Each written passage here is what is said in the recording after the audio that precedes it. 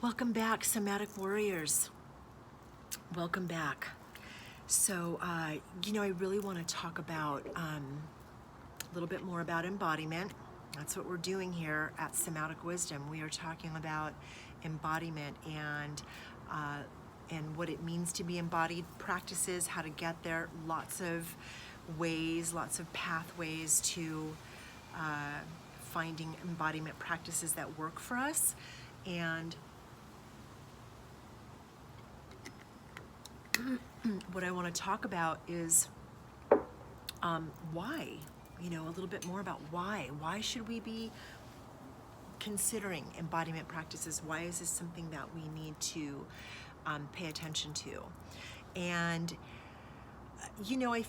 in my earlier video, I talked about, how we're indoctrinated into disembodiment.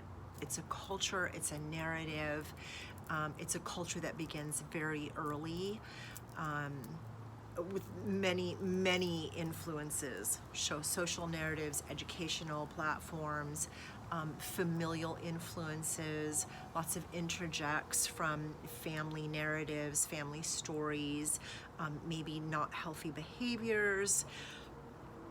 There's lots of ways that lots of outside sources and inside sources that influence and form how we can become disembodied, how we can become,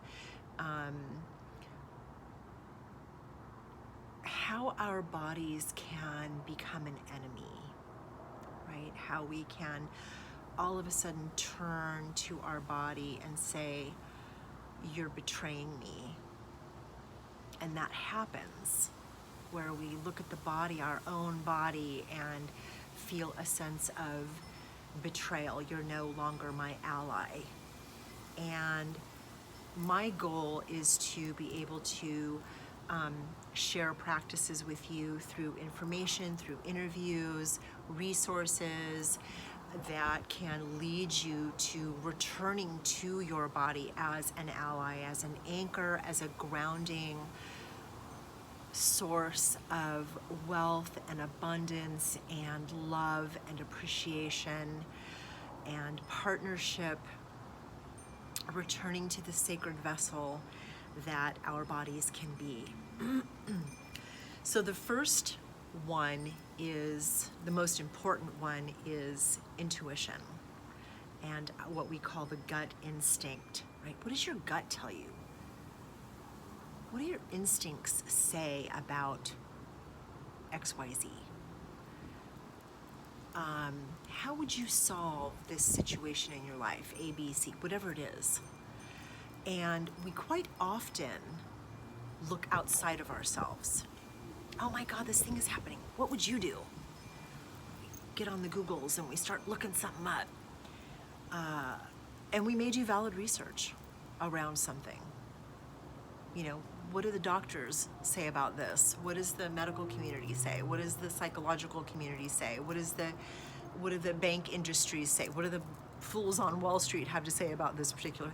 We could go to any source.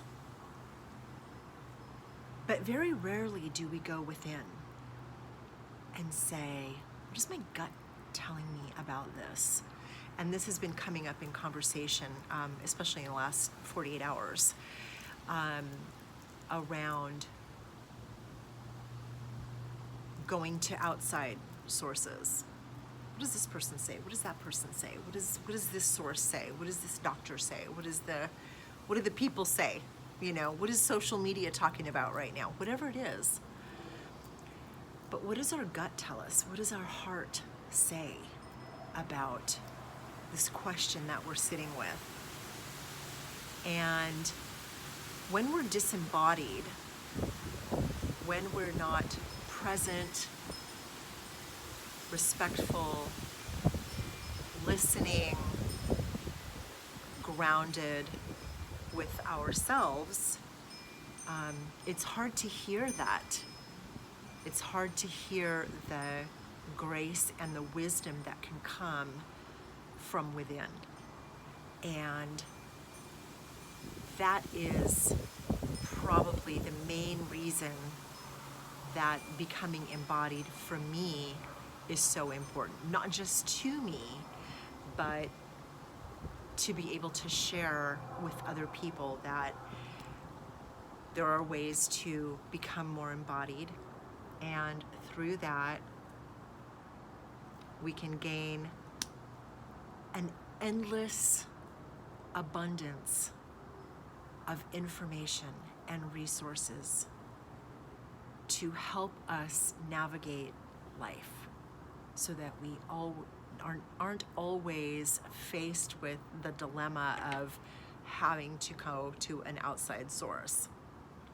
So something very interesting happened for me over the last week or so. I have lots of friends who are psychics, channelers, tarot card readers, and if you've been following me on my social media platforms, on Instagram or on Facebook, you know that earlier this year I was without a home and I was living in my car, and it was really shocking to recognize that I really had no place to go. I didn't have a safe place to go. I didn't have a permanent place to go. I didn't have anybody that I could really turn to. And I did have people reaching out to, with practical sources, practical resources. Have you called these? Have you tried this? Have you, and then also people doing readings for me, trying to provide me with higher source material versus kind of the gross, here on the earthly plane information and resources, which weren't always valuable, because as I've talked about in previous posts and videos and even in my book, that I kind of grew up in parts of the system, so there are some aspects of it that I'm very familiar with, and not much has changed in the 5 decades, almost 6 decades that I have been walking around on this planet, in regards to the systems. I've been in and out of them even as an adult, as a single mom, and nothing much has really changed there. So I didn't really think I was going to find too much in the way of help to try to find housing, and work had been a challenge, trying to transition from one career into a new one. And so I had some folks reaching out to me and saying, let's do a tarot card reading. Let me get some guides, information from you. Let me do a psychic reading for you. And a lot of that was very helpful. And some of it not so much. It just depended on who I was working with. And there was one reading that I had that was actually really frustrating, and it didn't land well. And I left that experience perplexed and hurt a little bit, because there was conflict. There was a lot of conflict. This person was coming out with me with a lot of confidence about what the message was, about the information that they were sharing with me. And but that's not how it landed for me. It didn't land in a way that said, oh, this message is accurate. It didn't land in a way that was inspiring.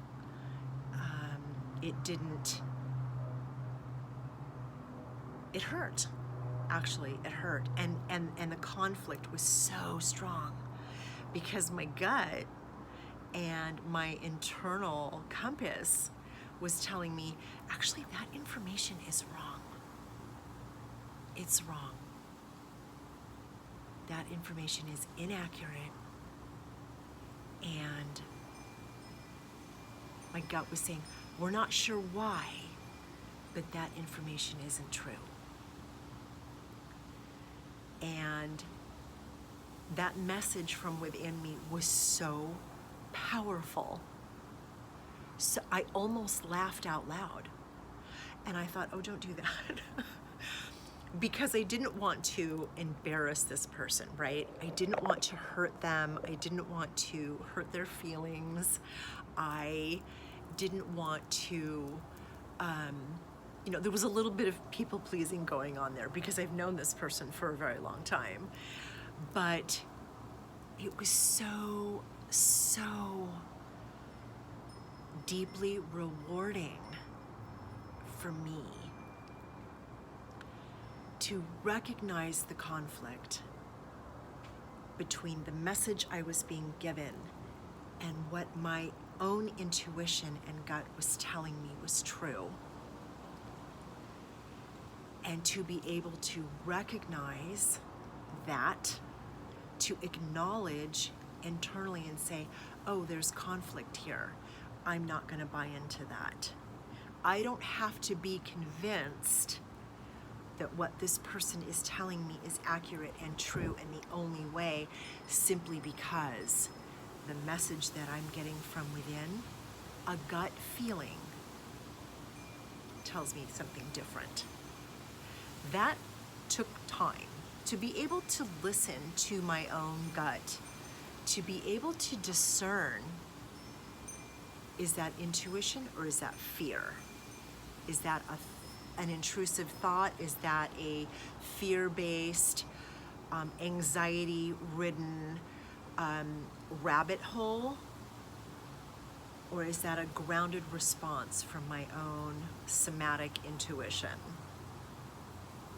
That took work and time and cultivating it and listening and really paying attention and making mistakes.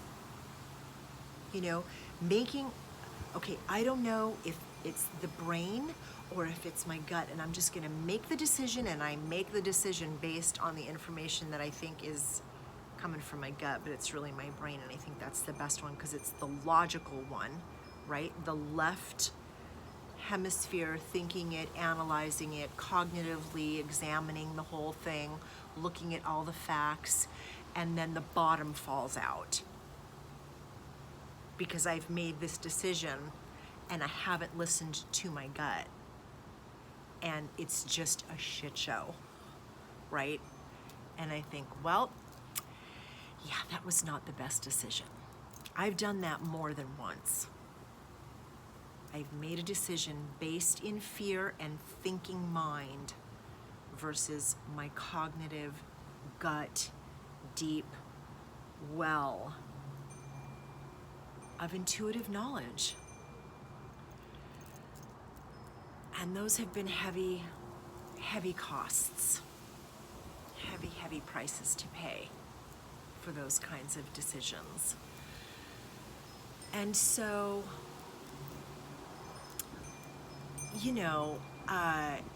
for me, what I recognize is that when I can be embodied, when I can acknowledge the sacredness of this vessel and pay attention to my heart and my gut and my mind, I don't have to shut this off. It's not one or the other. The goal is to be whole and integrated, body and mind, brain-body systems, all working together in harmony.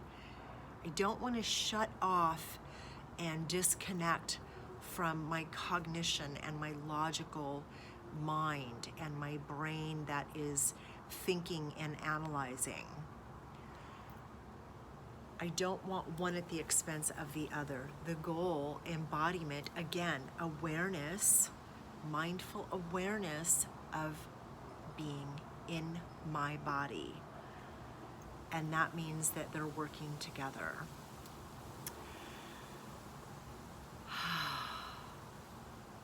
It is such a gift.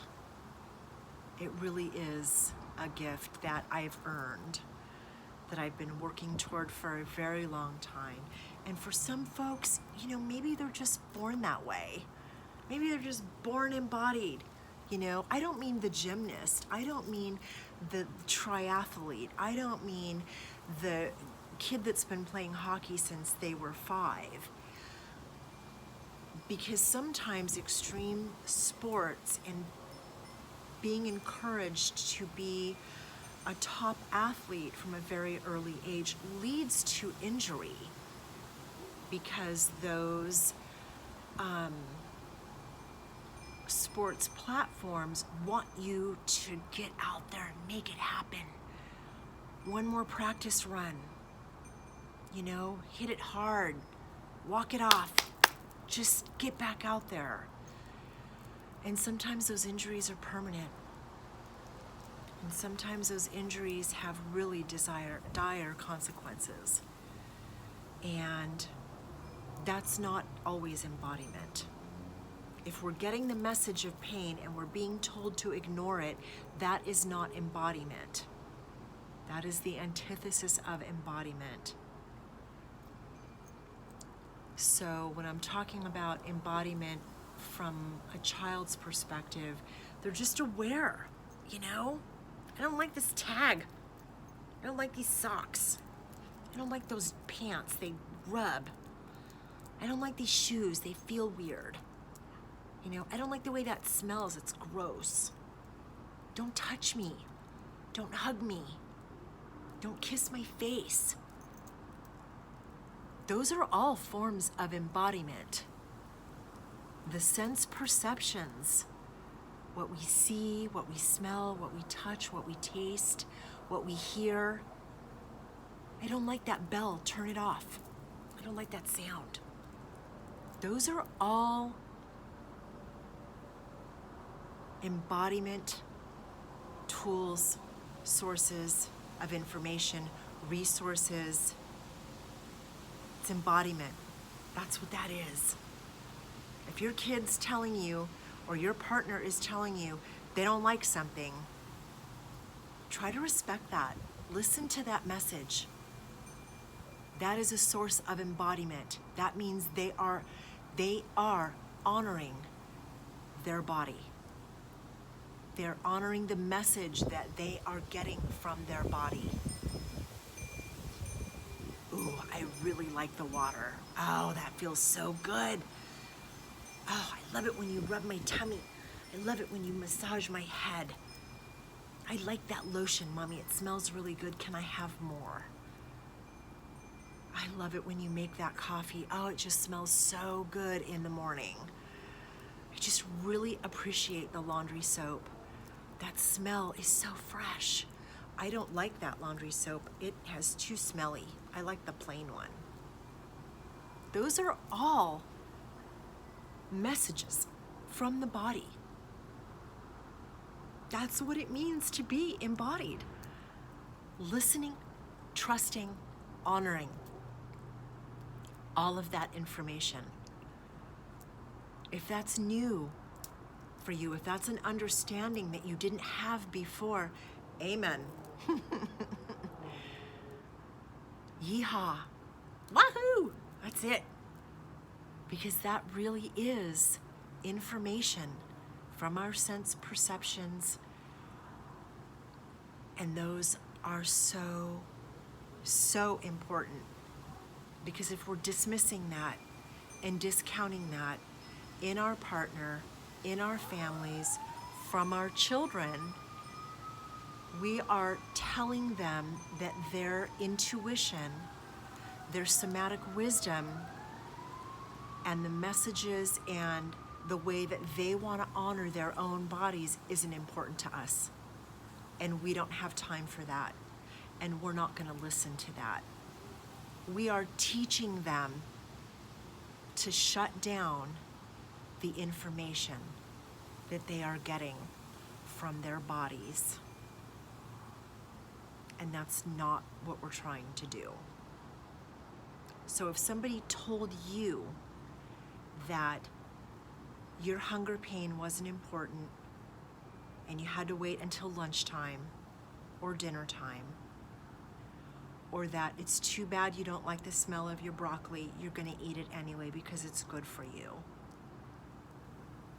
or whatever the message was that taught you to discount and dismiss and ignore and shut down and turn off and not listen to, honor, respect, the messages that you were getting about your body and what felt good and what smelled good, or what you didn't like and what you didn't want to taste, and what you heard wasn't important, you get to stop. You get to stop right now. You get to stop ignoring that information. Take a deep breath. And you get to come back into your body and start turning that dial up just a little bit. Saying, you know what? I'm gonna start listening to what you have to say to me. How do you feel about the smell of that particular thing? Do you like the taste of that? What is that sound? Does that feel good in your body? Or does that sound kind of make you feel itchy?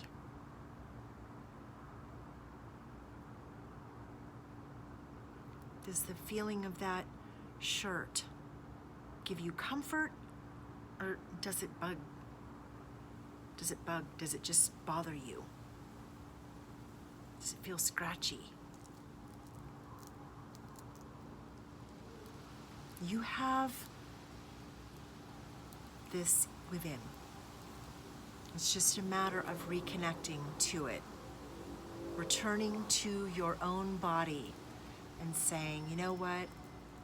Somebody told me it wasn't okay, or that I had to do it this way. And all of that meant ignoring my own body. And guess what? I'm not gonna do it anymore. I'm gonna really start paying attention to what my body has to say to me. I'm gonna really start honoring my body and listening to my body. And when it says, you know what? I need to get up and stretch. I need to get up from this desk and stretch. I'm gonna do that. And if it says, you know what? It's time to take a nap. I'm gonna do that. Whatever it is that you've been ignoring about your body, return to that. Return to that with love and appreciation. Listen to your body as much as you possibly can. And we're going to talk more about pain body, because that is a thing, that is a different type of listening, and that can be very difficult. We will talk about that more at another time. But for today, I just wanted to touch base about why it is important for us to return to our body, how we got to this place where we were ignoring and disrespecting our own bodies, our vessel. This is a sacred vessel that we have been given, and we're going to occupy it for as long as we occupy it. So let's appreciate it, lean into it, treat it with some love and respect and dignity, and really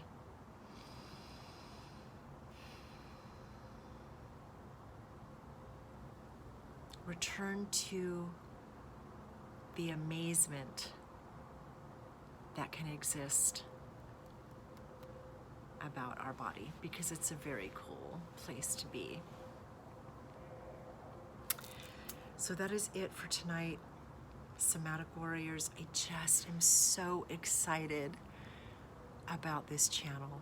I really am so excited.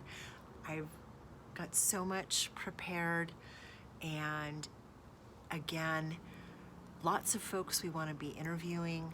And if you've got an embodiment practice that you use, and if you've got a teacher that you would like us to interview, if you've got a mentor that you would like us to talk with, if you've got a guide, someone that is sharing embodiment practices with you, and you think that they are someone we should be talking with and sharing their information, their journey, their skills, their path, their wisdom, please email me at etherealsoul2003@gmail.com.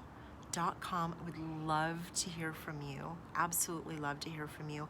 And I would love to be able to interview your people. If it's an Ayurvedic practitioner, a yoga practitioner, Feldenkrais, somebody that's just got all kinds of great stuff at the gym going on, a physical therapist, all of it, massage therapist, we want to hear it all. Reiki practitioner, all of it. We're open to all of it because all of that is so key to coming back into our bodies, the messages that we get.